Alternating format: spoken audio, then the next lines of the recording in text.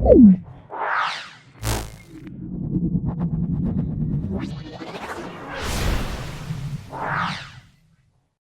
Friend সার্কেলের মধ্যে ওর প্রতি আমার ইমোশনটা একটু ডিফারেন্ট, সো আমি খুব কনফিউজ ছিলাম যে এটা কি আসলে একটা ইনফ্যাচুয়েশন বলতে মানুষ যেটা বোঝে। তো 3 দিনের মাথায় আমি আমার বাবাকে গিয়ে বলেছিলাম। আপনার এটাই ফার্স্ট লাভ ছিল ফলিং? অ্যাবসলিউটলি, ট্র্যাক রেকর্ড খুব ক্লিন, একদম ক্লিন। তো বেসিক্যালি এর মধ্যে হয়েছে কি, আমার পলিসিস্টিক ওভারি সিনড্রোম ধরা পড়ে। যখনই ডাক্তারের কাছে যেতাম আমার ওভারিয়ান কন্ডিশন খুবই বাজে ছিল, মানে এবং ডাক্তাররা ডিক্লেয়ারই করেছিলেন যে আমি কখনোই মা হতে পারবো না। সো এর মধ্যে আমি একটা রিলেশনশিপে জড়িয়ে গেছি এবং তখন আমার কাছে মনে হয় যে আমি কি একটা খুবই ভালো মানুষকে ঠকাবো আমার লাইফে। ঠকাবো বলতে কি, বঞ্চিত করা, কারণ প্রত্যেকে তো একটা সংসার বলতে একটা ওয়াইফ কিছু বাচ্চা নিয়ে চিন্তা করে। 14ই অক্টোবর বঙ্গবন্ধু আন্তর্জাতিক সম্মেলন কেন্দ্রে আমরা লাইফস্প্রিং এর প্রথম সামিটটা অ্যারেঞ্জ করছি এবং যেটা টাইটেল হচ্ছে ফ্যামিলি ফার্স্ট। এবং বাংলাদেশে মন নিয়ে যারা কাজ করেন, মানসিক স্বাস্থ্য নিয়ে যারা কাজ করেন, তাদের মধ্যে অন্যতম পরিচিত একজন, আমার খুব পছন্দের একজন মানুষ। শুধুমাত্র উনি না, ওনার হাজব্যান্ডও। আমি যদি নামটা ভুল না বলে থাকি, তিনি হচ্ছেন আমাদের প্রিয় ডাক্তার ডক্টর সুষমা রেজা। নামটা কি ঠিক আছে? Perfect, beautiful. আচ্ছা, তো রেজাটা আসলে কার? আমার বাবার নাম এম রেজাউল হক, তো ওখান থেকে বাবার নামের অংশ। ফাইন, আমরা একটু ফ্যামিলি থেকে শুরু করি। আমার বাবা শিক্ষক ছিলেন, তিনি আসলে রিটায়ারমেন্টে গেছেন কয়েক বছর হচ্ছে। সরকারি কলেজে শিক্ষকতা করতেন। আমার মা হাউস ওয়াইফ ছিলেন। আর একদম স্কুলিং শুরু হয়েছে গোপালগঞ্জ শহর থেকে। ভাই আমি না মনে হয় যে একটু নার্ভাস ফিল করতেছি। কেন? You should not. I am feeling like overwhelmed camera, because হচ্ছে ট্রাস্ট মি, আমার সেটআপ ইজ ভেরি অর্গানিক। আর একটা বড় জিনিস হচ্ছে আই এম নট, এইটুকু আমি রাখবো ডেফিনেটলি। আপনি কেন আপনি নার্ভাস? আপনি যে পরিমাণ ব্লগ করেছেন। না, ইটস ওকে। আচ্ছা, ঠিক আছে, কোনো অসুবিধা নেই। জাস্ট ফিউ মোমেন্টস আর কি। এক্স্যাক্টলি। সো আপনি বাবার কথা বলছিলেন, তারপর? এরপরে আমার ছোট একটা ভাই আছে। 92-তে আমরা ঢাকাতে আসি। তো এই হলো, ঢাকাতে আমি প্রথমে অগ্রণী স্কুলে ভর্তি হই, তারপরে বাংলাদেশ রাইফেলস স্কুল থেকে এসএসসি, রাইফেলস পাবলিক থেকে এইচএসসি, দেন চিটং মেডিকেল কলেজ। এই হলো ওভারঅল এডুকেশনাল জার্নি। আর পরে এমডির জন্য চান্স পাই বঙ্গবন্ধু শেখ মুজিব মেডিকেল ইউনিভার্সিটিতে। তো একেবারে টেনে ছোটবেলা থেকে বড়বেলায় পর্যন্ত চলে বিউটিফুল। সো আপনি ডাক্তার হবেন বা ডাক্তারি নিয়ে পড়াশোনা করবেন, এটা কি ছোটবেলা থেকে পরিকল্পনা ছিল? সত্যি বলতে কি, আমার পরিবারে কোনো ডাক্তার ছিল না। তো একটা মধ্যবিত্ত পরিবারে বড় হতে গেলে যেটা হয় যে আমরা বাবা মারই একটা কেমন স্বপ্ন থাকে যে মেয়ে হলে ডাক্তার হবে, ছেলে হলে ইঞ্জিনিয়ার হবে। আমার কাছে মনে হয় যে আমি এর খুব ব্যতিক্রমী কোনো পরিবার থেকে বিলং করি না। এটা আমার বাবা মার মধ্যে ছিল, কিন্তু আমি কখনো প্রেশার পাইনি এটা নিয়ে যে you should have to be like this. আমার একটা অপশন ছিল যে তুমি অন্য কিছু হতে পারো, কিন্তু আমার নিজের ভেতরে খুব একটা থাকে না যে একটা কেয়ার গিভার টাইপের একটা মাইন্ডসেট হয়তো ভিতরে খুব ছিল। এই কারণে আমি খুব চাইতাম ডাক্তার হতে। তাই এটা আমি যত না বাবা মার স্বপ্ন বলি, তার চেয়ে আমার স্বপ্নটাই বেশি। রাইট। সো ডাক্তারি পড়তে পড়তে কি আপনার জীবনের ভদ্রলোকের সঙ্গে পরিচয়? হ্যাঁ, অনেকটা তাই। আমরা যখন মেডিকেলে আসলে চান্স পাই, এরপরে আমার কুশলের সাথে আসলে পরিচয় হয়। কিন্তু ও আসলে তো ঢাকা মেডিকেলের স্টুডেন্ট ছিল, আর আমি চান্স পেয়েছিলাম চিটং মেডিকেলে। তো আমাদের মেডিকেল কলেজটা ডিফারেন্ট ছিল, কিন্তু আমাদের কিছু কমন ফ্রেন্ডস ছিল যে সেই থ্রুতে আমরা খুব কানেক্টেড থাকতাম। আর বন্ধুত্বের ক্ষেত্রে যেটা হয় যে খুব সমমনা মানুষের সাথেই তো আপনার বন্ধুত্বের সার্কেলটা গড়ে। তো আমাদের ওই সময় ভীষণ শক্তিশালী এরকম একটা বন্ধুদের গ্রুপ ছিল। তো ওর মধ্যে আবার একজনের ঘরণী হয়েছি, আমাদেরই বিয়ে হয়েছে নিজেদের মধ্যে, কিন্তু হ্যাঁ আমাদের মেডিকেলের পরই আসলে পরিচয়। ওকে, সো আপনার কেন মনে হলো যে এই ভদ্রলোককে আপনার বিয়ে করতে হবে? এটা খুব একটা মজার প্রশ্ন। আমার কাছে আমি ঠিক জানি না আমার এই মাইন্ডসেটটা কেন এসছে। আমাকে প্রত্যেকটা মানুষের কেন তার পার্টনারকে বেছে নেয় একটা আলাদা আলাদা গল্প থাকে।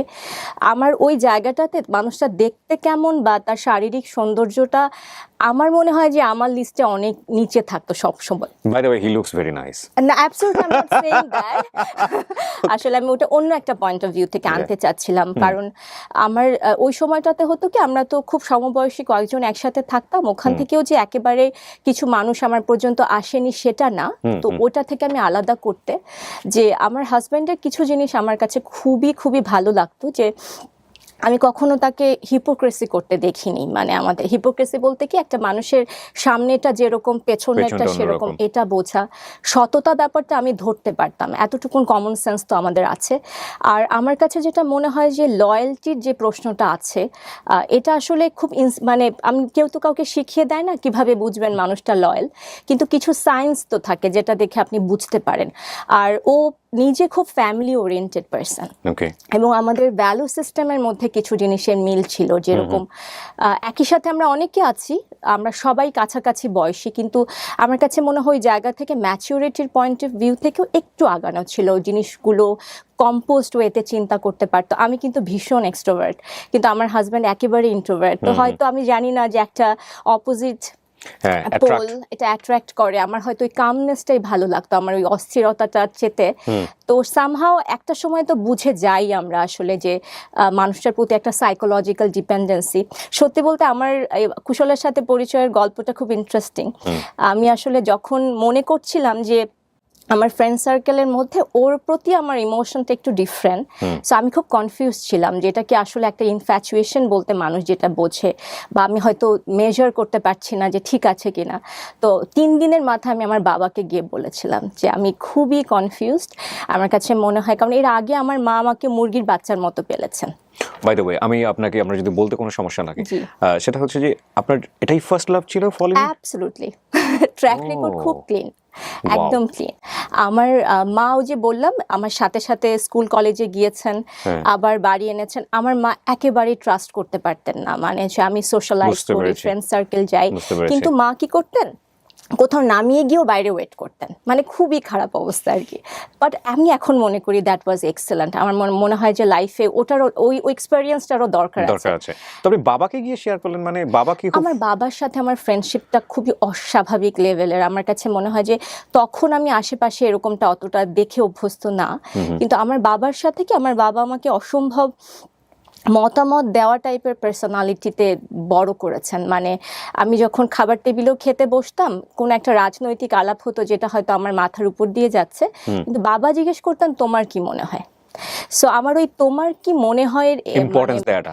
মেমোরিজ এত পাওয়ারফুল, এবং আমার অনেক সময় হতো খুবই স্বাভাবিক, আমার ইম্যাচুরিটিতে ওটা আসলে ঠিক না যেটা হচ্ছে, কিন্তু আব্বা সবসময় যেটা চাইতেন আমি বলি, এবং এবং সেটাতে আমি যখন কাউন্টার আসতেছে আমি রেসপেক্টফুলি ওটাকে মানে উত্তর করতে শিখি। তো এটা আমাকে জীবনে আমার কাছে মনে হচ্ছে পরিপক্ক হতে খুব হেল্প করেছে। True. অথবা আমি যদি বলি সবকিছু তো আমার পছন্দ মতো সবাই বলে না, তো ওটাতে যে সহনশীলতা দরকার, আমার কাছে মনে হয় ওটার ফাউন্ডেশনটা আমার বাবার হাতে। তো যেটা বলছিলাম যে বাবাকে গিয়ে বললেন, হ্যাঁ। বাবাকে গিয়ে বললাম, তো আমার বাবা বললো যে আমারও তো একটু ভাবতে হবে, চলো আমরা একটু বাইরে কোথাও গিয়ে, কারণ বাড়িতে মা আছে। তো আমরা দুজন মিলে, আমার মনে আছে তো তখন জিগাতলাতে একটা রেস্টুরেন্ট ছিল জিংলিং নাম করে, তো আমার বাবার আমরা ওখানে গেলাম, আমরা একটা মনে আছে একটা স্যুপ অর্ডার করলাম, এরপর আমরা খুব ইন্টেলেকচুয়াল আলাপ আলোচনা করছি, এবং আমি আমার মানে তখনকার যাকে ভালো লেগেছে আমার সেই মানুষটা সম্পর্কে বাবাকে বললাম। বাই দ্য ওয়ে, আমি একটু ইন্টারাপ্ট করবো যে আপনাদের ভালো লাগাটা কি মানে দুজনই কেউ জানেন না এরকম একটা অবস্থায় আছে, নাকি ও আপনাকে প্রপোজ করেছে? তখন আসলে আমরা কেউ ফর্মালি যেভাবে খুব ভালোবাসি চলো কিছু করি, তখন ওটাও আরেকটা কাহিনী। আমি যখন আমার বাবাকে বলছি, আমার হাজবেন্ড তার মাকে গিয়ে বলছে, তো বাট আপনাদের মধ্যে কি কোনো ধরনের কোনো ব্যাপার ছিল? কিছুটা কমিটমেন্ট, আমি ঠিক Okay. কমিটমেন্ট দিয়ে ফেলেছি এরকম বলবো না, না। আমরা আগাবো, কিন্তু আমরা আসলে বুঝতে পারছি না কি করব। নিজেরা বুঝতে পারছি না। কত এজে এটা? আমরা তখন মেডিকেল ফার্স্ট ইয়ারে পড়ি, মানে আমি তখন বলছি 2005-এ আমরা মেডিকেলে গেলাম, ওই সময়কার গল্প। ওকে, সো তো বাবার সাথে ডিসকাশন হচ্ছে, তারপর? And then আমার বাবার কাছে বলার পর আমার বাবা আসলে আমার হাজবেন্ড মানে ও কুশলের সাথে সত্যি কথা বসতে ছিল, তো ওদের মধ্যে সরাসরি? হ্যাঁ, এবং ওদের মধ্যে কি আলোচনা হলো আমি জানি না। আপনি কুশলকে গিয়ে বলেছিলেন যে বাবা বসতে চায় হ্যাঁ তোমার সাথে? অবশ্যই, আমার husband was okay with it, কারণ হচ্ছে আমরা একটা কমিটেড রিলেশনশিপে যাব, it's not a joke. He is matured, এবং আমাদের হচ্ছে মানে আমরা যে চিন্তা করবো তো আমাদের মতো করে, আমাদেরকে বললে পরের দিন তাকাইতাম না, ঠিক আছে অধিকার অধিকার যাব না। কুশলের ম্যাচুরিটি চেয়ে তো ওর মধ্যে একটা দায়িত্ব নেওয়ার প্রবণতা আছে, যে হোয়াট এভার আমার যেটুকুন আছে আমি কেন না, ও যেটা ও তো ওটা ওভাবেই প্রেজেন্ট করবে। তো এই হলো বাবার কাছে গিয়ে বলা আর কি। তারপরে হচ্ছে বাবা কুশলের সাথে বসলো, ওদের মধ্যে কি আলোচনা হয়েছে আমি আজও জানি না, আজও জানেন না? আমি আজও জানতে চাইনি আসলে। Okay. কিন্তু আমার বাবা একটা কথা আমাকে বলেছিলেন যে তুমি কিন্তু নিজের ইচ্ছায় তোমার সমবয়সী একটা ক্লাসমেটকে বিয়ে করতে চাচ্ছ বা তার সাথে একটা রিলেশনশিপে, তুমি ওর লাইফটা নষ্ট করতে পারবে না। So it was my father আর কি। সো আমি খুবই Wow. ফ্রম নোভেয়ার যে নিজের মেয়েকে এই কথাটা কেন বলবে, তো আমার বাবা বলছে যে আপনার বাবা বেঁচে আছেন? হ্যাঁ, আমার বাবা মাশাআল্লাহ, আলহামদুলিল্লাহ। সো বাবা যেটা আমাকে কয়েকটা কথা বললেন যে এক হচ্ছে যে তোমার অনেক ফ্রেন্ড নিশ্চয়ই অনেক ম্যাচিওর, যাদের সাথে বয়সে বড় স্ট্যাবলিশড হতে পারে, তুমি কখনো এটার সাথে কম্পেয়ার করতে পারবে না, True. অথবা ওটার মানে হিন্টও দেখাতে পারবে না, because it's your chosen decision, তুমি এটা কেউ তোমাকে ইম্পোজ করে দেয়নি। আরও এখন ঢাকা মেডিকেলে ফার্স্ট ইয়ারে আছে, আমরা তো প্রে করবই যে লাইফে সে একটা জায়গাতে যাবে। আমার ধারণা তুমি রাজা, রাজ্য, সাম্রাজ্য সবই পাবে, but this 20 year is tough. So if you are ready to go, আমি ওকে দেখে এতটুকু জানি যে ও কখনো তোমার হাতটা ছাড়বে না। সো আমার কোনো অসুবিধা নাই, but at the same time আমার আব্বু ওই সময়, আমার আব্বু যদিও তার প্রথম জীবনে এথিস্ট ছিলেন, বিলিভ করতেন না রিলিজনে, কিন্তু ওই সময় কিছুটা একটু রিলিজনে আসতেছিলেন। সো খুব একটা যে ধরেন আমরা ঘুরতে যাব বা ওই জিনিসটাতে অতটা কমফোর্টেবল ছিল। কুশলের ক্ষেত্রে কি ছিল বিষয়টা? কুশলের কোন মানে বিষয়? এই যে রিলিজিয়নের বিলিভের ব্যাপারটা ওই সময় সত্যি কথা বলতে আমরা খুব একটা প্রত্যেকে খুবই নর্মাল, ও। আমাদের রিলিজনে ফেরা আরো অনেক পরে। আর সত্যি কথা আমার যে পরিবারের কথা বলছিলাম, বাবার আসলে এরকম একটা মাইন্ডসেটের কারণে আমাদের খুব প্র্যাকটিসিং ফ্যামিলি আমরা ছিলাম না। ওকে। একেবারে আমরা নামাজ শিখে বড় হই নাই, কেউ আমাদের কোনোদিন নামাজের কথা বলেনি। ওকে। তো আমি যে medical first year, second year, third year, আমার সত্যি কথা বলতে কি যে আল্লাহ খুব বলেন আমাদের যে সিনকে নিয়ে খুব প্রাউডলি বলতে হয় না এবং নিজের ওটাকে গোপন রাখতে হয়। তাই আমি এই অংশটা হয়তো একটু এড়িয়ে যাব, কিন্তু এক কথায় মোটা দাগে it was not a practising life. এক কথায় মানে আমরা নামাজ পড়ছি, রোজা রাখছি, এই মেমোরিজগুলো আমাদের নাই আসলে। বাট আলহামদুলিল্লাহ you are maintaining so good. না, অ্যান্ড দেন লেটার লাইফে আসলে অনেকগুলো ধাক্কা থেকে আমাদের মনে হয় অনেক চেঞ্জ হয়েছে। তো আমার বাবা আসলে এরকম মানুষ ছিলেন। তো ওইটা হয়েছে কি, আমি যখনই জীবনে কখনো ঝুলে যেতে পারিনি অ্যাজ আ পার্টনার, কারণ আমার বাবা ওই স্ট্যান্ডার্ডটা এভাবে রেখে দিয়েছিলেন। তো কিছু হলে আমার মনে হতো যে আমার বাবাকে আমি ঠকাচ্ছি, মানে আমি যদি কোনোভাবে জুলুম করে ফেলতাম। তো সত্যি কথা, আমাদের যখন বিয়ে হয়, আমার ওই যে বললাম বাই দ্য ওয়ে বিয়ের জায়গাটা একটু আসতে চাই, যেহেতু বাবার সঙ্গে মিট হয়ে গেল, সো ফর্মালি কি হলো যে তোমরা দেখা করতে পারবে, প্রেম করতে পারবে, হোয়াটএভার? না, ব্যাপারটা আসলে এরকম না, ওই সুযোগটা আমাদের খুবই কম ছিল, কারণ Okay. কুশল তো যেহেতু ঢাকা মেডিকেল, আমি তো চিটংয়ে, আমাদের ডিস্টেন্স তো একটা বড় ডিস্টেন্স। আর এখনকার ওই মানে 7 টাকা মিনিট, বুঝতেই পারছেন। সো এমন না রাতের পর রাত আমরা গল্প করতে পারবো, কিন্তু আমাদের একটা কমিটমেন্ট হলো এবং আমরা খুব একটা এটা বেছে নিলাম যে না, আমাদের ফ্যামিলি ওয়াইজও ঠিক আছে এবং আমরা এটা নিয়ে আগাতে চাই আর কি। এরপরে যেটা হয়, একটা বন্ধুত্বের সম্পর্ক, সেটা আস্তে আস্তে একটা কি বলবো, মোর কমিটেড লাভ রিলেশনশিপ বলতে পারেন, সেটাতে ছিল। এই হলো আমাদের পরবর্তী থার্ড ইয়ার পর্যন্ত। ওকে। তো বেসিক্যালি এর মধ্যে হয়েছে কি, আমার পলিসিস্টিক ওভারি সিনড্রোম ধরা পড়ে। তো এটা আমি যখনকার কথা বলছি তখনও না, আমাদের বই খাতাতেও বলেন যে অনেক বেশি যে এটা নিয়ে খুব বেশি অ্যাওয়ারনেস ছিল, একদমই সেটা না। তো তখনই আমি যখনই ডাক্তারের কাছে যেতাম, আমার ওভারিয়ান কন্ডিশন খুবই বাজে ছিল, মানে এবং ডাক্তাররা ডিক্লেয়ারই করেছিলেন যে আমি কখনোই মা হতে পারবো না। সো আমি তখন মাত্র মেডিকেলে পড়ছি, কয়েক মাস হয়েছে। তো এই ধাক্কাটা প্রসেস করা আমার জন্য খুবই কঠিন। এর মধ্যে আমি একটা রিলেশনশিপে জড়িয়ে গেছি এবং তখন আমার কাছে মনে হয় যে আমি কি একটা খুবই ভালো মানুষকে ঠকাবো আমার লাইফে। ঠকাবো বলতে কি, বঞ্চিত করা, কারণ প্রত্যেকে তো একটা সংসার বলতে একটা ওয়াইফ, কিছু বাচ্চা নিয়ে চিন্তা করে। তখন আসলে আমার জন্য ওই সময়টার কথা মনে হলে, আমি যদিও ভীষণ শক্ত মানুষ, কিন্তু এখনো আমার মনে হয় যে নিজের গায়ের লোমটা দাঁড়িয়ে যায়, কারণ আমি খুবই একটা ডিসিশন কিভাবে নিব। কারণ আমি তাকে যতই না বলি, আমার হাজব্যান্ড ওই মানুষ না যে মাঝপথে আমাকে ছেড়ে বলবে যে ইটস ওকে। অ্যান্ড ওইখানে আমার মাদার ইন লর একটা খুবই বড় ভূমিকা ছিল। তিনি আমার লাইফে থাকে না যে একটা মানুষকে নিয়েও যদি আপনি বলতে বলেন যে ডক্টর সুষমা, আপনি একজনকে নিয়ে বলেন যে যার প্রতি আপনি মৃত্যুর দিনেও কৃতজ্ঞ থাকবেন, she is my mother in law always. আমরা আজকে ওনার স্টোরি এখানে পোর্ট্রে করছি, বাট আমাদের টার্গেট ছিল অন্য কোনো জায়গায় যাওয়া। বাট ওনার স্টোরিটা যদি আপনারা খুব মনোযোগ দিয়ে শোনেন, যে পার্সনগুলোর কথা আসছে, ওনার বাবা যিনি বন্ধুর মতো, ওনার শাশুড়ি যাকে নিয়ে উনি একটু আগে যে বাক্যটা উচ্চারণ করেছেন, দ্যাট ইজ অ্যাবসলিউটলি অ্যামেজিং। এবং তারপরে ওনার হাজব্যান্ডের সাথে ওনার যে সম্পর্কের জায়গাগুলো, এই জায়গাগুলো আপনারা খুব ভালো করে পোক করবেন এবং দিন শেষে আমরা এটা নিয়ে একটা সামারি টানবো। আমাদের বেশ কিছু মেসেজও দেওয়ার আছে এবং এই ভিডিওটি আমরা যৌথভাবে নির্মাণ করছি studio of creative arts limited এবং একই সাথে লাইফ স্প্রিংয়ের পক্ষ থেকে। সো আমরা যেখানটায় ছিলাম যে আপনি শাশুড়ির প্রতি কৃতজ্ঞতা জানাবেন, মনে হয় ওনার কোনো একটা মেসেজ ছিল ওই সময়টাতে। জি, ওখানে আমার শাশুড়ি ব্যাপারটা ছিল, আমার শাশুড়ি সাথে তো আমি এই ব্যাপারটা নিয়ে আলাপ করেছি এবং আমার শাশুড়ি হচ্ছে কি তখন আমাকে খুব একটা পুতুলের মতো করে ট্রিট করতেন আর কি, যে কিন্তু অ্যাট দ্য সেম টাইম উনি, আমার শাশুড়ি কিন্তু অসম্ভব প্র্যাকটিসিং, হ্যাঁ, তো ওই সময় ওনার জন্য it was not a comfortable situation যে আমরা একটা এরকম রিলেশনশিপে আছে, তো উনি সবসময় একটা ঠিক আছে আল্লাহ মাফ করুক টাইপের একটা জায়গাতে ছিলেন আর কি। তো এনিওয়েজ যখন গাইনোকোলজিস্টের সাথে আমি আমার শাশুড়িকেও নিয়ে গেছিলাম just to give her the idea যে কারণ আমি আসলে সত্যি কথা সাইকোলজিক্যালি সরে আসার একটা কাজ করতো যে ওকে প্রত্যেকটা মানুষের লাইফে কিন্তু অনেকভাবে পারপাস আমি বেছে নিতে পারি সো বাট আমার কাছে এটা খুবই যে আমি চাই না যে যেটার মধ্যে আমি জেনে শুনে ঢুকতে, কিন্তু এখানে না গাইনোকোলজিস্টের রোলটাকে আমি আসলে পেছনে ফিরে খুব ক্রিটিসাইজ করবো না, জানি না কেন যেখানে গিয়েছি বিয়ে দিয়ে দেন এরকম ধরনের জিনিসই ছিল। এখন আমি ফার্স্ট ইয়ারে পড়ি, কিভাবে আমি একটা ফার্স্ট ইয়ারের ছেলেকে তখন বিয়ে করে ফেলি, এত বড় প্রেশার তাকে আমরা কিভাবে দিই। তো আমার শাশুড়িও জিনিসটা বুঝলেন এবং এভাবে করতে করতে না কিভাবে যেন কিছু মাস বছর পেরোলো, আমরা ফার্স্ট প্রফ দিলাম, এত কিছুর ভেতরে কিভাবে পাশ করেছি, কারণ আমার না পুরোটা সময় একটা খুব সাইকোলজিক্যাল ব্যাটল ক্যারি করতে হয়েছে। আমার হাজব্যান্ডও ওই জায়গাটাতে আমাদের সত্যি কথা বলতে যতটা প্রেমের আলাপ করেছি তার চেয়ে আমরা খুব গুছানো কিছু ব্যাপার ছিল, কারণ আমরা তো জানতাম আমরা একসাথেই আছি, পড়াটা আমাদের জন্য কখনো খুব কঠিন কিছু ছিল না এবং ও ভীষণ ভালো ডেমো দিত, মানে আমাদের মেডিকেলের ভাষায় এটা একজনকে বোঝানো বলতে আমরা এটাই বুঝি, আর আমিও খুব দ্রুত ক্যাচ করতে পারতাম এবং আমিও খুব ভালো বোঝাতে পারতাম, তো দুজনের জন্য ওখানেও হেল্প হয়েছে, তো আমরা পাশ করে গেছি। অ্যান্ড দেন আমার শাশুড়ি আমাকে একদিন বললেন যে দেখো যেহেতু ডাক্তাররা বলছে কেন আমরা এটা একটু ট্রাই না করি, যদিও এটা আমাদের সোসাইটির যে ওভারঅল ট্রেন্ড বা সেট আপ তার সাথে যায় না।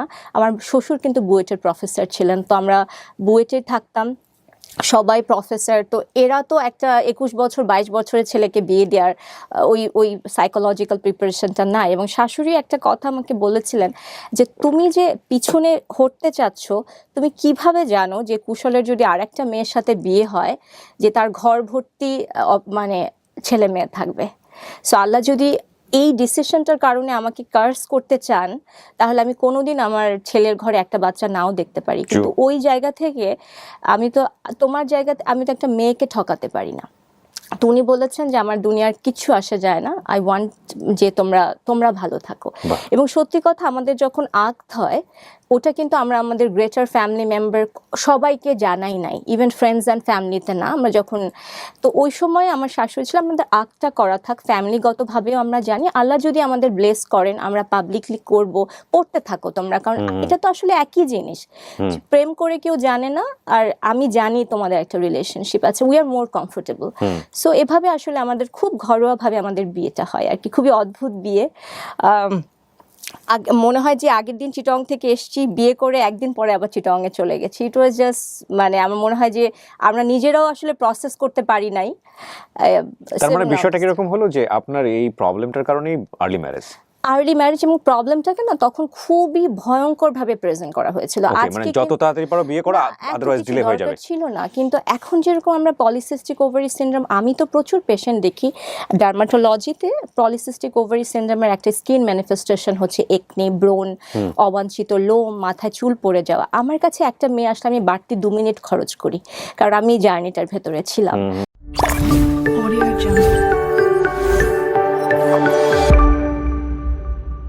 সো এখন অনেক চেঞ্জ হয়েছে, এখন কেউ কিছু হলেই বলে না বিয়ে করে দাও, কিন্তু তখন এটা খুব একটা সবাই কেন যেন বলতো, ইনফার্টিলিটি একটা বড় ইস্যু ছিল। তো এই হলো আমাদের। এরপরে যেটা হয় যে আমাদের একটা প্রেগনেন্সি টেস্ট পজিটিভ এসেছিল, তো অন দ্যাট নোট আমরা আসলে সবাইকে ইনফর্ম করি, আমাদের ফর্মালি বিয়ের অনুষ্ঠানে হয়। আমি আজও ঠিক জানি না আমার ল্যাবে পজিটিভ ছিল, আমার স্ট্রিপে পজিটিভ, সব জায়গাতে। আমরা যখন ফর্মালি আল্ট্রাসাউন্ডে যাই ডক্টর বলে যে you just lost your child. So আমি আসলে ঠিক জানি না, এখনও আমি মেলাতে পারি না এটা কি একটা মিসড অ্যাবর্শন ছিল বা কী ছিল, I don't have any idea. কিন্তু আমার কেন যেন মনে হয় যে যদিও আমি মিসই করে থাকি হয়তো জান্নাতে আমার সাথে দেখা হবে, I am not sure, but আমি এখনও মনে হয় যে আমার 3 বাচ্চার পরও আমি ওটা মিলাতে পারি না যে ওটা আসলে কী ছিল। আই হ্যাভ 3 বেবিস আলহামদুলিল্লাহ দেন। মাশাআল্লাহ। সো ওটাই হচ্ছে আমাদের মিরাকেলের যে স্টোরিজটা, যে জিনিসটা আপনি আসলে রিজিক হিসেবে নিয়ে এসছেন সেটা আপনি পাবেনই রাইট, একদম রাইট টাইমে। অ্যান্ড আল্লাহ আসলে বেস্ট অফ প্ল্যানার্স। কিন্তু আমার হয় কি, মানুষ হিসেবে আমাদের সীমাবদ্ধতা এটাই যে আমরা ওই সবরটা করতে পারি না, বা মনে করি যে আমরা হয়তো মানে বেশি চিন্তা করি ওই জিনিসটা নিয়ে, কিন্তু এক্স্যাক্টলি যখন হবার কথা, যেভাবে হবার কথা, সৃষ্টিকর্তা আসলে ওভাবে করে আমাদের ওই জায়গাটাতে নিয়ে নিয়ে নেন একটা সময় আর কি। সাধারণ স্টোরি। সো একটা তো থাকে যে কুশলকে আপনি কোনো না কোনো ফর্মে একটা লাভার বয় হিসেবে পেয়েছেন জীবনে, জি। আপনার জন্য পার্টিকুলারলি, বাট যখন বিয়ে করলেন, জি আমরা তো সবাই জানি যে দুজন একটু দূরত্ব থেকে দুজনকে পছন্দ করা আর একদম ঘরের মধ্যে যখন চলে আসা, জি তখন তো ব্রিদিং স্পেসটুকুও থাকে না। অ্যাবসলিউটলি। তখন আসলে কেমন লাগছিল ওকে? আচ্ছা, আমার কুশলের খুব একটা ইন্টারেস্টিং জিনিস হলো, আমাদের এই যে বিয়েটা হলো এরপরে তো 3rd ইয়ারের কথা বলছি। তো আমি ঢাকায় ফেরত আসি 2011-র পরে 12-র দিকে, মানে ইন্টার্নশিপ শেষ করে। তখন অলরেডি আমাদের বাড়িতে একটা বাচ্চা আছে, কিন্তু আমরা এখনো সংসারই শুরু করি নাই। মানে বোঝাতে পেরেছি, মানে জি। আমার বেবিটার আমি জায়গাটা আমি যদি বিয়ে থেকে শুরু করি, কারণ কি রাতারাতি আমাদের লাইফে এটা কোনো চেঞ্জ আনেনি বিয়েটা। Okay. মানে আমরা তো ওই যে যেটা বলছিলাম, আমরা তো অনেক বেশি কমিটেড একটা জায়গাতে ছিলাম। এটা ছিল যে আরেকটা নতুন একটা ইয়ে। তো তারপরে হচ্ছে কি যে আগে যে জিনিসগুলো একটু জড়তা নিয়ে ঘুরতে যেতাম, ওই জায়গাগুলোতে অনেক আরাম হয়ে গেছিল। আর কুশলের দায়িত্বের জায়গাটা যেটা বলবো, যে তখন আমি আসলে বাসা থেকে আমাকে 5,000 টাকা পাঠানো হতো হাত খরচের জন্য, মানে খাওয়া দাওয়া সহ। Okay. আর কুশলকে দেওয়া হতো 3,000 টাকা। তো আমাদের 8,000 টাকার লং ডিস্টেন্সের সংসার। এবং আমার হাজবেন্ড, আমার মনে আছে এখনো, ওই 3,000 টাকা থেকেও মাসে 500 টাকা বাঁচে আমার জন্য, টাকাটা পাঠাতো আমার জন্য। এবং ওই টাকাটা দিয়ে আমি কি করতাম, আমি একটা বিকাল ঠিক করতাম, এবং ওই বিকালে আমার হাজব্যান্ড চেতো যে জিনিসটা যত ছোট হোক ওটাকে আমি কিভাবে এনজয় করি, পুরো দিনটা আমি তাকে জানাই। তো আমার মনে আছে কখনো আমি চুড়ি কিনেছি, কখনো আমি টিপ কিনেছি, কখনো আমি কোথাও গিয়ে একা একটা কিছু খেয়েছি। সো এখন আমার কাছে মনে হয় যে কুশল খুব স্বাভাবিক, এখন ওরও বয়স হচ্ছে, ও আয় করছে, অনেক বড় হয়েছে। কিন্তু এখন আমাকে যদি একটা মানদণ্ড দিয়ে মাপতে বলা হয়, যখন অনেক লাক্সারির ভেতরে আলহামদুলিল্লাহ আল্লাহ এখন থাকার একটা সামর্থ্য দিয়েছেন, কিন্তু ওইটাকে পেছনে ফেলে মনে হয় আর কিছু সামনে আসবে না। কারণ ওই সময় ওই টাকাটা আমার কাছে এত রেসপেক্টফুল মনে হতো, এবং আমি খুবই আমার কাছে মনে হতো যে এর নামই সংসার, মানে এইটুকু ভালোবাসার নামই সংসার, এরপরে বাকি যেটুকুন আছে ওটা আল্লাহ পার করে নেবে। আর এরপরে যেটা হয় যে আমাদের আলহামদুলিল্লাহ, আমি যখন মেডিকেল 5th ইয়ারে, তখন আমি কনসিভ করি। অলরেডি আমরা 3 ইয়ার ইনফার্টিলিটির জন্য ট্রিটমেন্ট। ইনফার্টিলিটি বলতে কি, ইনফার্টিলিটি আসলে ডিক্লেয়ার করতে হলেও কিন্তু হাজব্যান্ড ওয়াইফের অন্তত 1 বছর থেকে একটা চেষ্টা করার ব্যাপার থাকে বেবির জন্য। তো আসলে ওই টাইমটাও আমরা পাই নাই। তো আমাদের ছিল যে আমরা শুরু থেকেই আসলে ওই ধরনের ট্রিটমেন্টে ঢুকে গেছিলাম, যদিও ডিস্টেন্সটা একটু লং, কিন্তু ওইভাবে করে আমাদের ডক্টর আমাদেরকে হেল্প করতেন। তো একটা সময় হচ্ছে কি, ওই ইনজেকশনসগুলো বলেন, ওই ওষুধগুলো বলেন, এগুলো কিন্তু প্রত্যেকটাই হরমোনাল মেডিসিন। তো আমি অনেক বেশি মুটিয়ে যেতাম। তো আমার কাছে মনে আছে যে আমি হয়তো ঢাকা থেকে একটা ট্রিটমেন্ট করেছি, আমার বিধ্বস্ত অবস্থা, ক্যাম্পাসে ফিরেছি। যারা হয়তো ভেতরের স্ট্রাগলগুলো এত জানে না, সামনে দাঁড়িয়ে ও কি কনসিভ করছো, মানে এই ধরনের বুলিংগুলো স্টার্ট করতো। তো আমার কাছে মানে ওই সময়টা না আমার এখনো মনে পড়ে যে আমি কিন্তু প্রচণ্ড এক্সট্রোভার্ট মানুষ, এটা আমি কিন্তু আমার কাছের মানুষরা জানে আই এম ভেরি সিলেক্টিভ। মানে হচ্ছে আমি ইউজুয়ালি সোশ্যালাইজ করি না। Very good. সো হয় কি, আমার নিজের একটা বাউন্ডারির মতো আছে যে আমার খুব কম মানুষের সাথে আমি মেল্ট করতে পারি। তো এমনিতে এটা তো আমার প্রবণতা ছিল। তো দেখা যেত যে আমি ফ্রেন্ডরা কোথাও চলে যাচ্ছে, হয়তো ওখানে যেতেও আমার একটা জড়তা কাজ করতো, কারণ আমি অনেক কিছুর মধ্যে পড়তে চেতাম না। হাসি করেই বলছে, আমি হাসিটা নিতে চেতাম না। এক কথায় যদি বলায় টক্সিক মানুষ আমি খুব কাট অফ করতে শিখি সেই বয়সে। অ্যান্ড এরপরে আলহামদুলিল্লাহ এক রাতে আমার মনে আছে, আমি নাম বলবো না আমার ডক্টরের, আমার চেম্বার শেষ হলো রাত 2:30 বাজে, 2:30 আমি টাইমটা মাঝে মাঝে একটু ভুল করি, এক্স্যাক্ট তো মনে নাই। তো অনেক বৃষ্টি হচ্ছে, আমরা হাজব্যান্ড ওয়াইফ ফিরছি, তখন আমাদের গাড়ি ছিল না, তো আমরা রিক্সাও পাচ্ছি না তেমন একটা, চোখ দিয়েও পানি পড়ছে। অ্যান্ড আমার হাজব্যান্ড আমাকে বললো বাদ দাও এগুলো।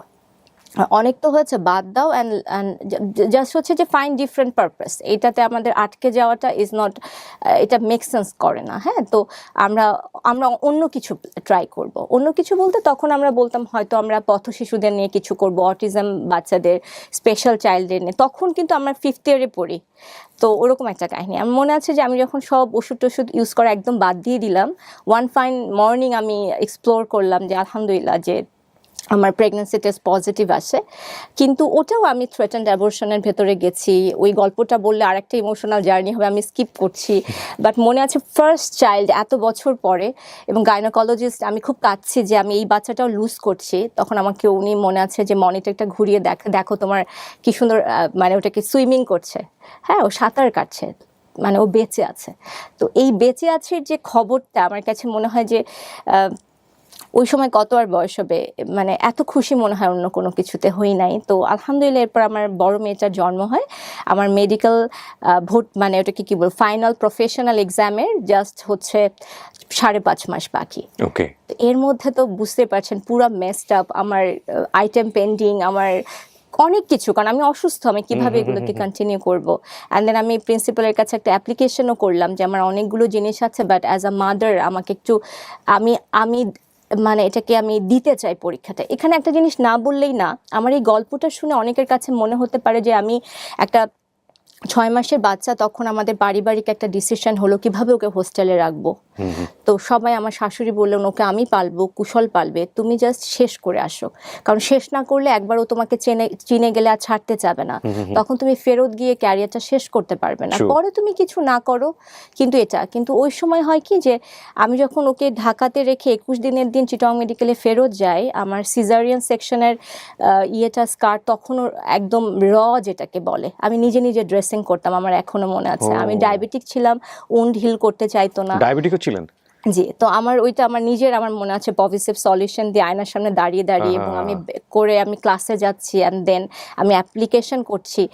এখানে না আমার একটা খুব ছেলে মানুষই কাজ করেছে, কারণ আমি অনেক মানুষকে দেখাতে চেতাম যে মানে একটা মেয়ে যদি খুব আর্লি বিয়ের ডিসিশন নেয় বা সেম এজ পার্টনার, মানে আমার কাছে মনে হতো যে আমি বোধহয় সব কিছু পারি দেখানোর জন্য উদ্গ্রীব ছিলাম যে আমি এটা পারবো। মানে অন্যদেরটা কি থাকে আমি ঠিক জানি না, মানে আমার মধ্যে একটা জিনিস কাজ করতো যে হারবো না। কিন্তু এই ডিসিশনটা আমার কাছে এখন যদি আমি ওই জায়গাটায় চিন্তা করি, আমি ডেফিনেটলি 2 ইয়ার 3 ইয়ার গ্যাপ নিতাম। কারণ হচ্ছে যে এটা মেক সেন্স করে না যে আমি কাকে দেখানোর জন্য এত ছিলাম। দেখানো ঠিক আমি বলবো না, মানে ওরা অনেকে আমার বিয়ে নিয়ে কোয়েশ্চেন করেছে, বাচ্চা হবার ডিসিশন নিয়ে কোয়েশ্চেন করেছে, কেন সমবয়সী ছেলেকে বিয়ে করেছি, এই যে বুলিংগুলো ছিল, তো আমি কোনো হাঁটতে চেতাম না।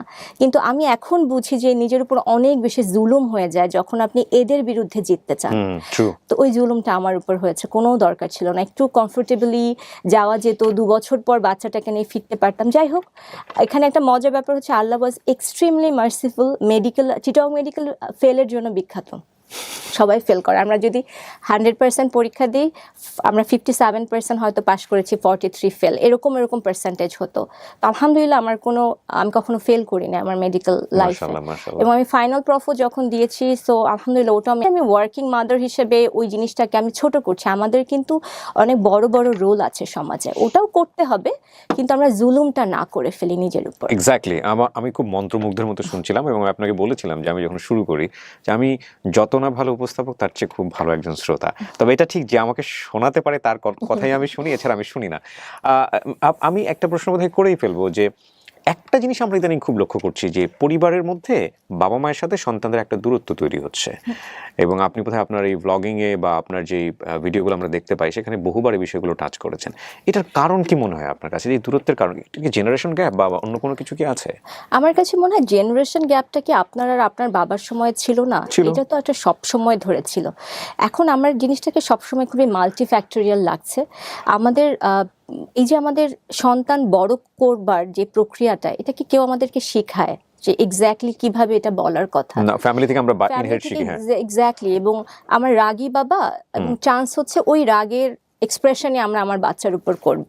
কিন্তু এখানে আমরা জাস্ট একটা শব্দ আমি জাস্ট যোগ করতে চেয়েছি যে জিনিসটাকে একটু কনসিয়াসলি করা যায় কিনা।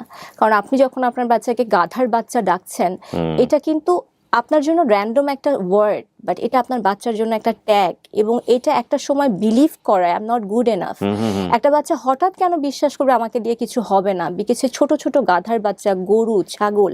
সো আমি কিছু চাই নাই, আমি আসলে একটা পর্যায়ে শুধু চেয়েছি যে দেখেন আমার হাজব্যান্ড তো সাইকিয়াট্রিস্ট, এবং ও যখন লাইফস্প্রিং তৈরি করবে তখন আমি অলরেডি এমডি ইন ডার্মাটোলজি, এবং আমাদের দুজনেই আমরা তখন বঙ্গবন্ধু শেখ মুজিব মেডিকেল ইউনিভার্সিটিতে পড়ি।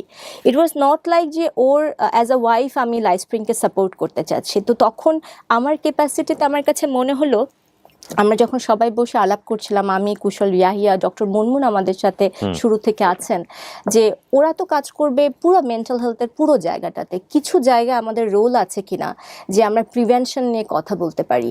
যেমন আমরা অনেক ধরেন আমাকে দিয়ে কিছু হবে না, এটাই আমার ডিপ্রেশনের কারণ। তো এটার আমরা কি কিছু ছোট ছোট বাচ্চার বেড়ে ওঠার পরিবেশটাকে একটু সুন্দর করে দিতে পারি কিনা, যেটার এফেক্ট আমি এখন বুঝবো না, কিন্তু আমি যদি আমি বেঁচে থাকি 30 বছর তাহলে আমি দেখতে পাবো। তো ওই জায়গাটাতে আমার ব্যাপারটা ছিল যে আমি আপনাকে শুরুতে বলছি আমি নার্ভাস হয়ে যাচ্ছি আপনার ক্যামেরা দেখে। এটা একটা বড় কারণ, আমি সবসময় খুব স্পন্টেনিয়াস ভিডিও মেকিং করেছি, মানে ইট ওয়াজ নট লাইক আমি এক্স্যাক্টলি যা চিন্তা করি আমি সেটাই আমার ছোট ছোট ভিডিওগুলোতে বলি, কিন্তু আমি চিন্তা করলাম এই জায়গাটাতে নলেজ বেসড হতে হবে। তো আমি খুব সিগনিফিকেন্ট অ্যামাউন্ট অফ টাইম কিন্তু আমি এই প্যারেন্টিং এর উপর পড়াশোনাটা করলাম, এবং অ্যাট দ্য সেম টাইম ওই সময় এই রিলেটেড কোনো কন্টেন্ট বাজারে ছিল না। তাই হতে পারে যে একটা কনসিয়াসলি কন্টেন্ট মেকিং এ যখন আসবো তাহলে একটা ভ্যালু অ্যাড করে আসি। একটা হওয়া যায় যে আমি এক্সট্রা কারিকুলার অ্যাক্টিভিটির সাথে যুক্ত, আমি খুব ভালো বলবো না, আমি ভালোই কবিতা আবৃত্তি করি, হয়তো চাইলে আরো অনেকগুলোর কথা আমি বলতেও চাই না, যেগুলো আমি হয়তো চাইলে করতে পারতাম, ইজি ছিল, কিন্তু আমি ওটার ভিতরে যাই নাই। আমার কাছে মনে হচ্ছে আমার একটা লিগ্যাসি তৈরি করতে হবে সামহাও আমাদের বা লাইফস্প্রিং থেকে। দেন আমি পজিটিভ প্যারেন্টিং নিয়ে কথা বলা শুরু করলাম, এবং এটার পেছনে একটা পার্সোনাল স্টোরি আছে। আসলে কি আমার মার বাইপোলার মুড ডিসঅর্ডার ছিল, তো আমরা খুব ডিসফাংশনাল একটা ফ্যামিলিতে বড় হয়েছি। ইট ওয়াজ এক্সট্রিমলি লাভিং আনডাউটেডলি, কিন্তু আপনার ফ্যামিলিতে যখন একজন মেন্টাল হেলথে সাফার করা মানুষ থাকেন তখন আমার মার কখনো রুটিন এলোমেলো হতো না, কেয়ার গিভিং এলোমেলো হতো না, এরকমও দিন গেছে। কখনো কখনো আমরা এমনও দেখেছি আমার মাকে আসলে বেঁধে রাখতে হয়েছে। তো ওরকম একটা জায়গাতে এখন আই ওয়াজ ভেরি ব্লেসড যে আমি সত্যি কথা, আমি যখন চিটাগং মেডিকেলে চান্স পাই আমার কিন্তু সারা জীবন স্বপ্ন আমি ঢাকা মেডিকেলে পড়বো, but I was supremely happy somehow যে আমি এই জায়গা থেকে বের হতে পারবো। ইট সাউন্ডস মানে ভেরি সেলফিশ।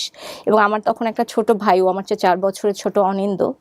তো অনিন্দর জার্নিটার ব্যাপারটা কি ছিল, ও অসম্ভব রেসপন্সিবল একটা ছেলে, এবং হয়েছে কি অসম্ভব বুলিংয়ের ভেতর দিয়ে গেছে। যেমন আমার রেজাল্ট খুব ভালো হতো, ও হলো ধরেন 10-এ পাস করতো, তখন আমার মনে আছে যেহেতু আমার বাবা মা খুব ভোলা ভালা গোছের মানুষ, তখন গ্রেটার ফ্যামিলি একটা মিটিংয়ের মতো করে আমার মনে আছে আমার ভাইকে গাধা টাধা হাবি জাবি সবই বলা হতো। তো এটা করতে করতে আমি দেখেছি যে ওর লাইফে এই ছোট ছোট শব্দগুলো ওকে কিভাবে ইম্প্যাক্ট করেছে। আমি বহু রাত মনে করতে পারি যে ও ঘুম থেকে উঠে গিয়ে আমাকে জড়িয়ে ধরেছে, যে ও কিছু একটা দেখতে পায়, কিছু একটা মানে শুনতে পায়, এবং সব মানুষ, ও কখনো ভূত দেখতো না, ও মানুষ দেখতো, বুলি করা মানুষ দেখতো। তো ওই জায়গা থেকে না আমার নিজের মধ্যে এরপরে হচ্ছে যে আমি যদিও বেরিয়ে এসছি, আমার মাই ব্রাদার ওয়াজ দেয়ার আর কি। তো ওইখানে ওর আলহামদুলিল্লাহ কিভাবে যেন ওর রেজাল্ট খারাপ হতে হতো, এসএসসিতে গোল্ডেন 5 পেয়ে ফেললো কিছু একটা, দেন ওকে মানুষ খুব সিরিয়াসলি নেওয়া স্টার্ট করলো। তো এরপরে ও পরবর্তীতে এইচএসসি তো ভালো করলো, এরপরে ইলেকট্রিক্যাল ইঞ্জিনিয়ার হলো, জার্মানিতে এমএসসি করলো, খুব রিসেন্টলি সেপ্টেম্বরে ও ইউনিভার্সিটি অফ টরন্টোতে পিএইচডি করতে গেছে। বাট এখনও যদি আপনি কখনো ওর সাথে 1-to-1 কথা বলেন, ওর বলে যে আপু যত কিছু জীবনে অর্জন করি ভেতরে যে কেউ একটা বলে you are not good enough is very loud, এবং তখন হয় কি যে আমরা সাকসেসটাকে সেলিব্রেট করতে পারি না। সো আমার কাছে আমি আমার প্রত্যেকটা ভিডিওতে যারা আমার সাথে পজিটিভ প্যারেন্টিং হয়েছে কি, আমি যখন র্যান্ডম ভিডিও করি এটা কিন্তু আপনার এনভায়রনমেন্টে কোনো চেঞ্জ আনে না। সো আই ওয়াজ থিঙ্কিং যে এটাকে কীভাবে একটা কম্পোস্ট জায়গাতে নেওয়া যায়। দেন কিন্তু আমরা লাইফস্প্যান থেকে পজিটিভ প্যারেন্টিং কোর্সটা এনরোল আমরা করি, যেটা 12 ঘন্টার একটা কন্টেন্ট। আপনি একটানা দেখলে কীভাবে আমাদের র্যান্ডম ভিডিওগুলো অনেকেও করছেন যে motivational. Parenting is not motivation, parenting is a verb. আমি অ্যাকশন হিসেবে বলতে চাই, নাউন হিসেবে না, যে এক্স্যাক্টলি কিভাবে বলবো, কি করব। তো ওই ভিডিওটার একটা জায়গাতে আমি এই কথাটা বলি যে আমার যদি আসলে সামর্থ্য থাকতো যে সারা পৃথিবীর কোথাও একটা দোকানে খুব সুন্দর একটা শৈশব কিনতে পাওয়া যায়, আমি অবশ্যই ওই জায়গাটাতে যে আমার ভাইয়ের জন্য একটা শৈশব কিনতাম, বিকজ ওটা আমি এনশিওর করতে পারি নাই। বাট এখন আমার ওইটুকুন আমার সামর্থ্য আছে, আমি অনেকের জন্য হেলদি শৈশব কিনতে পারি। অসাধারণ, অসাধারণ। সো আপনার এত সুন্দর করে বলার স্কিলটা কি খুব ন্যাচারাল? একদম, মানে আমার কাছে মনে হয় এটার মনে হয়নি এটার জন্য কোনো প্র্যাকটিস ছিল, কিন্তু আমরা ওই যে বলছিলাম আমার বাবা তো কি বলবো, আমার মনে হয় বাবার একটা ভূমিকা আছে, ওই যে Beautiful. বলছি যে এটা বলো এটা বলো, আমি বলছি এটাই। ওকে, আরেকটা বিষয় একটু আসতে চাই, যেটা আমি নিজেও অনেকটা ফেস করেছি, কারণ আমি গ্রামে বড় হয়েছি এবং আমরা জানি যে ছেলে মেয়ে উভয়ের ক্ষেত্রেই বয়ঃসন্ধিকালে একটা বড় ধরনের পরিবর্তন আসে এবং এই পরিবর্তনটা ধাম করে আসে। এই সময়টা বাবা মা একেবারেই চিনতে পারেন না অনেক সময় ছেলে মেয়েদেরকে, আর ছেলেমেয়েরাও চিনতে পারে না। এটা একটা খুবই ভয়ঙ্কর পিরিয়ড। এই ভয়ঙ্কর পিরিয়ডটাতে আসলে কিভাবে ডিল করা উচিত বাচ্চাদের বা পরিবারবর্গ সদস্য যারা আছেন তাদের? সত্যি কথা কি, আমরা আসলে কি এখন যদি আমি এটাকে যতই গুছিয়ে অ্যান্সার করতে চাই, এটা আসলে খুব সংক্ষেপে আমার উত্তর দেওয়াটা কঠিন। আসলে পজিটিভ প্যারেন্টিং এর ক্ষেত্রে আমরা সবসময় একটা কথা বলি যে কানেক্ট বিফোর ইউ কারেক্ট। যেমন আপনার বাচ্চাকে আপনি পড়তে বসাতে চাচ্ছেন, ও এখন এসে বলছে আমি পড়বো না। সো আমাদের প্যারেন্টাল ইগো কাজ করে যে আমি অ্যাজ আ প্যারেন্ট বলছি পড়ো, তুমি পড়লা না, এটা একটা মিসবিহেভিয়ার বা ইনঅ্যাপ্রোপ্রিয়েট বিহেভিয়ার বা বেয়াদবি, আপনি যেভাবে এটাকে ট্যাগ করেন, এবং আমরা ওই ইগো থেকে বিহেভ করি। কেন পড়বা না, কি হয়েছে, এটা এখনই পড়তে বসবো, আমি কিন্তু কালকে থেকে এটা করে দিব। দেন আমরা directly we move into correction. So আপনি দেখবেন আমরা যখন বাচ্চাদের সাথে ইন্টারাক্ট করি একদম ডে ওয়ান থেকে, আমাদের মেজর অ্যাপ্রোচ হচ্ছে কারেকশনের অ্যাপ্রোচ। আগে কারেক্ট করব, এটা আগে কারেক্ট করে বসাই দিতে হবে, অ্যান্ড দেন আমি যখন দেখবো অল কারেক্টেড, আমার গুড প্যারেন্ট, মানে আমি কিছু একটা করেছি। বাট এখানে অপোজিটটা ইজ অলওয়েজ হেলদি, সেটা হচ্ছে ইফ ইউ কুড কানেক্ট। এটার বলতে আমরা বুঝাই যেমন ও পড়তে চাচ্ছে না, then can you connect with the emotion, যে আমি বুঝতে পারছি তোমার এখন ভালো লাগছে না। এই যে ফার্স্ট লাইনটা, জাস্ট ফার্স্ট লাইনটা, আচ্ছা ঠিক আছে আমরা কি তাহলে 6টায় বসতে পারি, এটা হচ্ছে অফারিং অল্টারনেটিভস। আমি আপনার যত অডিয়েন্স আছে, যা সিঙ্গেল একটা প্যারেন্টিং ট্রিক্স এইটুকুনের মধ্যে দিয়ে বলবো, বাচ্চা এসছে, ইমোশনটা ধরেন, ওটার জন্য এক্সট্রা লাইন মানে একটু স্পেন্ড করেন, অ্যান্ড দেন অল্টারনেটিভ দেন, দেখবেন প্যারেন্টিংয়ের অনেকগুলো প্রবলেম অটোমেটিক্যালি সলভড। এখন এই সেম জিনিসটা, আমি এখন রুই মাছ খেতে চাচ্ছি, ভাল লাগছে না, ওকে আমি বুঝতে পারছি তোমার ভালো লাগছে না, বাট সরি আমার কাছে এটা নেই, আমি কি ডিম ভেজে দিতে পারি? So switch into alternative. তখন হয় কি, আর অল্টারনেটিভ দেওয়াটা বাচ্চাদের জন্য খুবই ইম্পর্টেন্ট। দুটো কারণ, আপনি যখন অল্টারনেটিভ দেন আপনার বাচ্চা তখন ওটাতে চুজ অ্যান্ড পিক করতে ব্রেন খাটাতে শুরু করে, ট্যান্ট্রাম থ্রো করার চেতে। তো এটাও কিছুটা টাইম কাটায় এবং ও ডিসিশন মেকিংটাও অটোমেটিক্যালি তৈরি হয়। যেমন বাথরুমে গোসল করাতে যাচ্ছেন, আপনি তো সাবান দিয়ে ডলেই গোসল করাবেন, স্টিল আক্স আগে মাথায় পানি দিব না গায়ে পানি দেবো। So you are just creating a child যার নিজের একটা ওপিনিয়ন আছে, is very important in life, later লাইফে খুব ইম্পর্টেন্ট। রাইট। আপনি খুব চমৎকার একটা কথা বলেছেন আপনার ভাইকে নিয়ে, আপনি যখন বলছিলেন আপনার চোখ ছলছল করছিল। আমরা অনেক জায়গাতে দেখি ভাই বোনদের সম্পর্কগুলো অতটা মধুর হয় না, ভাই বোনের কথা বলে না, বোন ভাইয়ের কথা বলে না, ভাই ভাইয়ের কথা বলে না, একটা বড় ধরনের দূরত্ব। আবার কিছু কিছু পরিবারে দেখা যায় যে ভাই বোনরা অতি ফ্রেন্ডলি, এত ফ্রেন্ডলি যে মনে হয় যে ওখানে গিয়ে বসে কিছুক্ষণ ওদের কথাবার্তা শুনি। আসলে এই বিষয়গুলো, এই ফ্রেন্ডলি করা বা পজিটিভ করার ক্ষেত্রে কি কোনো ধরনের কোনো ভূমিকা আছে বাবা মায়ের বা পরিবারে যারা গার্ডিয়ান আছেন তাদের? এটা আমার কাছে মনে হয় যে খুব স্পেসিফিক অ্যান্সার আছে কি না, আমি মনে হয় না খুব স্পেসিফিক অ্যান্সার আছে। তবে বাবা মার একটা ভূমিকা কিন্তু থাকে। আমাদের বাবা মাদের প্যারেন্টিংয়ে আপনি দেখবেন আমরা এটাকে একটা অপরাধ বলি, সেটাকে আমরা ফেভারিটিজম হিসেবে টার্ম করি। দেখবেন যে বাচ্চাটা একটু লেখাপড়ায় ভালো, অথবা ধরেন একটু ম্যানার্স আছে, ওকেই সবকিছু কিভাবে যেন একটা হয় কি যে ওটা আমাদের মানে যে হ্যাঁ না না ঠিক আছে, ও হচ্ছে রাজু, ও হচ্ছে সাজু, হ্যাঁ হ্যাঁ রাজু, রাজু বলতে গেলে চোখ এত বড় বড় হবে, সাজু বললে আছে আর কি সাজু। কিন্তু ইম্পর্টেন্ট হচ্ছে যে এই জিনিসটা আমাদের, যেমন ধরেন আমার ভাইয়ের কথা যদি বলি, ওর কিন্তু সারা জীবন আমাকে ঘৃণা করার কথা, কারণ I am the first person যার জন্য ওর কম্প্যারিজনটা স্টার্ট হলো। তো হয় কি, এটাকে কতজন আসলে খুব হেলদি ওয়েতে হ্যান্ডেল করতে পারে। তো তবে আমি একটা জিনিস বিশ্বাস করি, ভাই বোনের সম্পর্কটা হচ্ছে এত ঐশ্বরিক একটা সম্পর্ক, তো যাদেরটা সুন্দর তাদের মনে হয় এটা আল্লাহর রহমতের জন্যই সুন্দর, আর যাদেরটা সুন্দর না সেটা হয়তো আমাদের ম্যান মেড আরও অনেক কিছু থাকতে পারে। তো এটার কোনো ওয়ে নাই যে আসলে কি করলে এই সম্পর্কটা সুন্দর হয়, কিন্তু বেসিক হচ্ছে অ্যাজ আ প্যারেন্ট আমাদের রোল, আমরা যেন ওদের ভিতরে বিভেদটা তৈরি না করি যে একজন নিজেকে ছোট একজন নিজেকে বড়, এই জায়গাটায় মানে নিজেদেরকে নিয়ে নেয় অ্যাটলিস্ট। চমৎকার। আমরা একটা গুড নিউজ দিতে চাই আমাদের দর্শকদেরকে। লাইভ স্প্রিং যেটা করছে কোন একটা কনফারেন্স বা কনভোকেশন, সামিট আমাদের সামিট, রাইট? আপনি যদি আমাদের একটু বলেন যে আসলে কি হতে যাচ্ছে। ভাই বেসিক্যালি হয়েছে কি, আমরা তো গত 7 বছর ধরে মানে কাজ করছি আমাদের এই জায়গাটা নিয়ে, এবং আপনি যেটা শুরুতে বলছিলেন যে আমরা একটা আপ্রাণ চেষ্টা করছি একটা চেঞ্জ করার। এখন আপনি যদি জাস্ট একটু চোখ বন্ধ করে আশেপাশটা নিয়ে চিন্তা করেন, অন্য দেশের দিকে তাকান, একটা ভয়েস খুব লাউড লাগে না যে আমাদের ফ্যামিলি দরকার নাই? তো এই জিনিসটা কিন্তু খুব খুব একটা পাওয়ারফুল জিনিস। আমি একটা ছোট উদাহরণ দেই যে আমার বাবার কিন্তু সামর্থ্যটা ছিল যে উনি যতটুকু লাইফে ট্রাভেল করেছেন বা ফ্যান্সি জিনিসপত্র কিনেছেন, এটার পরিমাণ আরও বাড়িয়ে দিতে পারতেন। শুধু যদি আমার মধ্যবিত্ত বাবা আমাকে ডাক্তার বানাতে না চাইতেন, আমার ভাইয়ের ভবিষ্যৎ বা এরকম কিছু না করতেন। তো একটা পরিবারে বাঁধা পড়া মানুষ কখনো আদর্শ কনজিউমার না। ওরা মানে আমি কি বলবো ওটাকে, খরচ করার আগে ওরা 14 বার চিন্তা করে যে না আমার পরিবারের জন্য এটা, না না না এখনই চাইলে এটা করা যাবে না, একটু। তখন হয় কি, আপনি আদর্শ না, মানে আপনার কাছ থেকে টাকা নিয়ে এটা কঠিন। আপনি চট করে আজকে iPhone 14 Pro Max, কালকে 15 কেনার আগে 3 বার চিন্তা করেন আরেকটা কিছু। তো পরিবারের তাহলে তো আইডিয়াল এনভায়রনমেন্ট কি হবে? আমরা আশেপাশে একটা পুঁজিবাদী সমাজ ব্যবস্থায় আছি। ইটস অল অ্যাবাউট আপনি যত লোন দিয়ে আপনার যখন বন্ধনগুলো আলাদা, তখন আপনার অনেক রিক্রিয়েশন লাগে, তখন আপনার ডিজায়ারকে স্যাটিসফাই করার অনেক উপাদান লাগে আমি কি বলবো, টু সিল দ্য ভয়েড, ওই ভয়েডটাকে আটকানোর জন্য। তো আপনি যত আমি যে শক্তিটার কথা বলছি, এটা না দেখা যায় না এটার গন্ধ নেওয়া যায়, কিন্তু আপনি দেখবেন ইটস লাউড। আপনি এটা ফিল করতে পারবেন যে ফ্যামিলি দরকার নাই, এবং আমাদের প্রোক্রিয়েশনের দরকার নাই, বাচ্চা নেওয়ার দরকার নেই, বাচ্চা করার দরকার নেই, কারণ আপনাকে ফ্রি বার্ড করা আমার জন্য খুব ইম্পর্ট্যান্ট, আমি ওভারঅল বলি।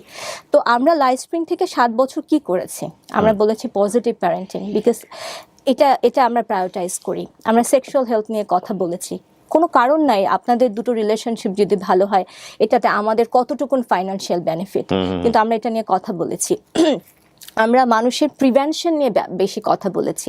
হেলথ কেয়ার ইন্ডাস্ট্রিতে একটা ইন্টারেস্টিং ব্যাপার হলো, এখানে প্রিভেনশনে ইনভেস্টমেন্ট কম, নাই, জিরো, নীল। কিওরে বেশি, কারণ কিওরে টাকাটা আছে। কিন্তু আপনাকে যদি আমি এখন হাঁটাইতে বললে যদি এখন এটা হয়, তখন হাঁটানোর জন্য কোনো কনফারেন্সে আপনি টাকা পাবেন না। তো এক কথায় যদি আমরা বলি যে আমরা প্রিভেনশন নিয়ে কথা বলেছি, যাতে আপনার অ্যাংজাইটি কম হয়, আপনার ওসিডি হলে, আপনি জানেন সেলফ হেল্পের টেকনিকগুলো কী কী। লাইফ স্প্রিংয়ে কনসালটেন্ট যারা আছেন, সাইকোলজিস্ট যারা আছেন, তারা কতজনের ঘরে ঘরে গিয়ে হেল্প করতে পারবেন। তারা একটা বেসরকারি প্রতিষ্ঠান যাদের নিজস্ব ফান্ডে চলে, আমরা 1 টাকা কোনো ব্যাংক লোন নিয়ে লাইফ স্প্রিং বানাইনি। তো আমাদের ফাইন্যান্সটা টোটালটাই, সো আমরা অ্যাওয়ারনেসের কাজগুলো করি, কারণ হচ্ছে যে আমরা আপনাদের সবাইকে সার্ভ করতে পারবো না, লাইফ স্প্রিং পারবে না। আমি পার্ট অফ ইট, আমি দেখি ওদের জার্নিটা, যে এখানে যথেষ্ট এফোর্ট দিতে হয় এই জায়গাটাতে। এবং ওই যে বলছি যে শক্তিগুলোর কথা বললাম, ওরাও এত বেশি শক্তিশালী, তার বিরুদ্ধেও কিন্তু আমাদের একটা অদৃশ্য লড়াই থাকে। কজন এটা বাইরে থেকে বুঝতে পারে আমরা ঠিক জানি না, কিন্তু আমরা আসলে ওই ন্যারেটিভটা ক্রিয়েট করতে চাই। যদি সারা পৃথিবীতে এরকম একটা প্যারেড হয় যেটা নিয়ে আপনি প্রাউড ফিল করেন, তাহলে why not there is a summit যেটা নিয়ে আপনি ফ্যামিলির জন্য দাঁড়াবেন। 14ই অক্টোবর বঙ্গবন্ধু আন্তর্জাতিক সম্মেলন কেন্দ্রে আমরা লাইফ স্প্রিং এর প্রথম সামিটটা অ্যারেঞ্জ করছি, এবং যেটা টাইটেল হচ্ছে ফ্যামিলি ফার্স্ট। এবং আমরা চাই আপনারা যারা ভিডিওটি দেখছেন, আপনারা নিজেদের সময় থেকে জাস্ট 10 মিনিটস বের করে আমাদের সামিটে জয়েন করেন, জাস্ট টু, আমি বলবো সলিডারিটিটা দেখানোর জন্য। সবার জন্য ওপেন, এটা সবার জন্য, but there is a registration fee definitely as the venue. আমাদের আরো আমরা লিংকটা এখানে দিয়ে দিব ভিডিওতে। তো আমরা চাই কি আপনারা সলিডারিটিটা দেখান যে ফ্যামিলি ফার্স্ট, কারণ আদারওয়াইজ আপনি ঘরে বসে আপনি এই বাসটা তৈরি করতে পারবেন না ফ্যামিলি আমার জন্য কত ইম্পর্টেন্ট, এবং ওই শক্তিটা অনেক জিতে যাবে যদি আমরা অনেক সবাই চুপ করে থাকি। হ্যাঁ, সো সত্যি কথা, আমাদের লাইফ স্প্রিং এর সমস্ত কাজগুলো হচ্ছে ইন্ডিভিজুয়ালি একটা মানুষ ভালো থাকুক, পরিবার নিয়ে ভালো থাকুক, মায়ের সাথে ছেলের সম্পর্কের কত দোটানা একটুকে ইমপ্রুভ করা যায় কিনা। আরেকটা জিনিস কিবরিয়া ভাই, আপনি হয়তো আমার সাথে একমত হবেন যে বাবা মার তো একটা ব্যাপার আছে কি, ওরা যেভাবে এত বছর ধরে দেখে এসেছে সেভাবেই তারা প্যারেন্টিং করেছে। কিন্তু আমি যখন প্যারেন্টিং এর ভিডিওগুলো করি বা আমার সামনে যখন কারো কথা, আমি একটা কথা বলি, বাবা মার সাথে, সেটা যত খারাপ বাবা মা হোক, খারাপ ব্যবহার করো না। কারণ এটার যে টোল তুমি এটা নিতে পারবে না লাইফে। True. যত কিন্তু আমি জানি যারা সত্যি সত্যি খুব অ্যাবিউসিভ টক্সিক প্যারেন্টিংয়ে বড় হয় তাদের জন্য এটা এখন বিশ্বাস করে ফেলাটা কঠিন। কিন্তু আমি একটা কথা বলি কি, যে তুমি নিজেকে বলো যে আমি আমার বেস্টটা দিয়ে ট্রাই করেছি ফর মাই প্যারেন্টস, যদিও তারা হয়তো এটার মূল্যটা রাখতে পারেনি।